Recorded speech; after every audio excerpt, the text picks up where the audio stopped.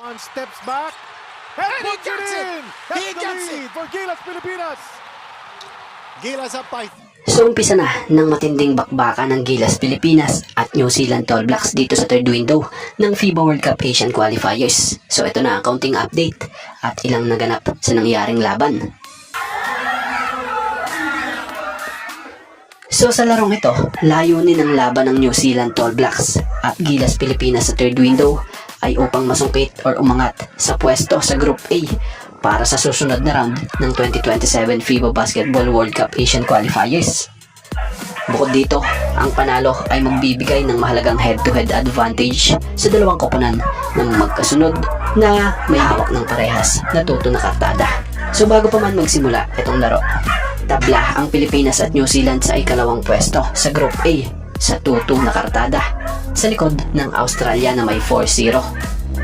Ang mananalo ay makakakuha ng momentum at kalamangan papasok sa second round.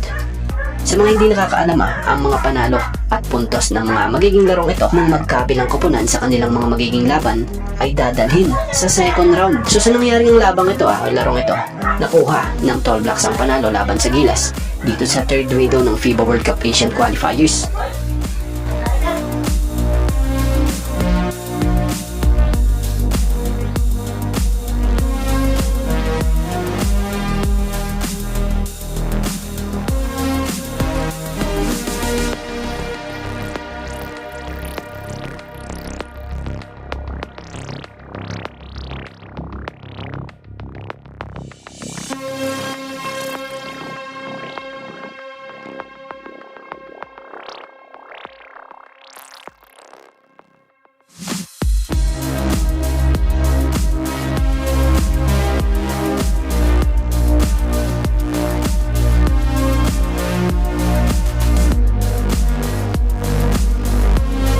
Bago nga ang lahat, baka naman po pwedeng makahingi ng isang subscription para sa ating channel or pakifollow na rin po kung nagustuhan nyo ang ating mga basketball update.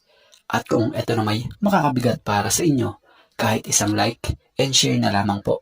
Maraming salamat po. At bago nga ang lahat, baka naman po pwedeng makahingi ng isang subscription para sa ating channel or pakifollow na rin po kung nagustuhan nyo ang ating mga basketball update. At kung ito na may makakabigat para sa inyo, kahit isang like and share na lamang po. Maraming salamat po.